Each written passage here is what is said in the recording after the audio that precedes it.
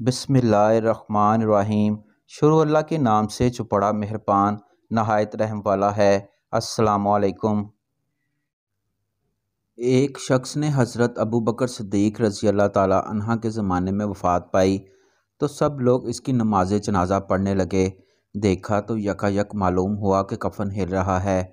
लोगों ने जब गौर किया तो देखा कि एक सांप मुर्दे की गर्दन में तोक बनाकर लिपटा हुआ है और गोश्त खा रहा है और इसका खून भी पी रहा है। लोगों ने इसे मारना चाहा तो इसने कहा, ला इलाहा इल्लल्लाह मुहम्मद रसूलुल्लाह, मुझे क्यों मारते हो? मेरा कोई गुनाह और कोई ख़ता नहीं।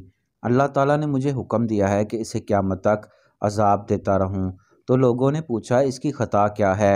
सांप ने कहा, इसकी 3 ख़ताएँ हैं। नंबर 1, जब ये अजान सुनता था तो जमात में हाजिर नहीं होता था। नंबर 2, माल की ज़कात नहीं देता था। नंबर 3, उलमा की बात नहीं सुनता था, इसलिए इसकी ये सज़ा है। हज़रत ईसा अलैहिस्सलाम के ज़माने में एक नेक बख्त और सालिया औरत थी। इसने तनूर में आटा लगाकर नमाज की नीयत कर ली। इतने में शैतान एक औरत की सूरत में इसके पास आकर कहने लगा कि रोटी तनूर में जलकर खाक हो गई है, मगर इस नेक सीरत औरत ने बिल्कुल इल्तफ़ात ना किया। फिर शैतान ने इस औरत के बच्चे को पकड़ के तंदूर की आग में डाल दिया। इस पर भी औरत ने इल्तफ़ात ना किया। अभी थोड़ी देर ना गुजरी थी कि औरत का शौहर घर आ गया और इसने अपने बच्चे को तंदूर में अंगारों से खेलता हुआ पाया। खुदा ने अंगारों को सुर्ख अकीक बना दिया।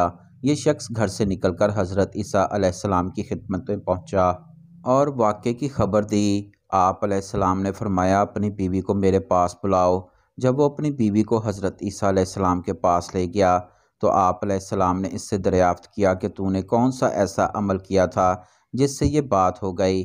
औरत ने जवाब दिया, ए रूह अल्लाह, मैं जब भी बेवज़ू होती हूँ फ़ौरन वज़ू कर लेती हूँ और कभी बेवज़ू नहीं रहती, और जब भी वज़ू कर लेती हूँ फ़ौरन नमाज के लिए खड़ी हो जाती हूँ। और मुझसे जब भी किसी ने अपनी किसी हाजत का सवाल किया जो खुदा के नज़दीक भी पसंदीदा होती हो तो मैं वो फ़ौरन पूरी कर देती हूँ। मैं लोगों की ईज़ा को बर्दाश्त करती हूँ और सब्र करती हूँ।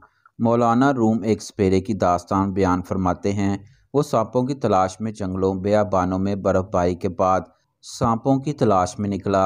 एक जगह इसे बहुत बड़ा मुर्दा अजदहा नज़र आया तो इसने सोचा कि इसको किसी तरह शहर ले जाऊं और इस पर टिकट लगा दूं तो बहुत सारे पैसे कमा सकूंगा। फिर वो बड़ी मुश्किल जिद्दोजहद और तकलीफ़ के साथ खींचकर इसे शहर ले आया। लोगों ने जब सुना तो शहर का शहर इसे देखने के लिए उमड़ आया। अजदहा जो मरा नहीं था बल्कि ठंडक की वजह से इसका जिस्म सुन्न हो गया था। हजूम की गर्मी और सूरज की हरारत ने इसे ठीक कर दिया और इसने हरकत करना शुरू कर दी।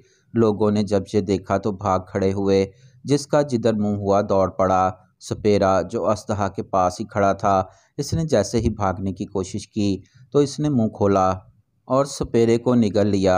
इतने में करीब ही एक बड़ी इमारत बल खाती हुई अजदहे के ऊपर गिरी और इसकी हड्डियां भी सुरमा बन गईं। मौलाना रूम वाक़या सुना के यूं फरमाते हैं कि हमारा नफ्स भी एक अजदहा की तरह है, इसे कभी मुर्दा तसव्वुर नहीं करना चाहिए। वसाइल ना होने की बना पर यह ठुठरा हुआ नज़र आता है। अल्लाह करीम की अताहत से बगावत और दुनिया परस्ती की 2 हरारतें हैं जो इसे मुतहरक कर देती हैं। इसलिए इस्तग़फ़ार किया करें और अल्लाह की नफ्स की कैद से बचने की दुआ किया करें।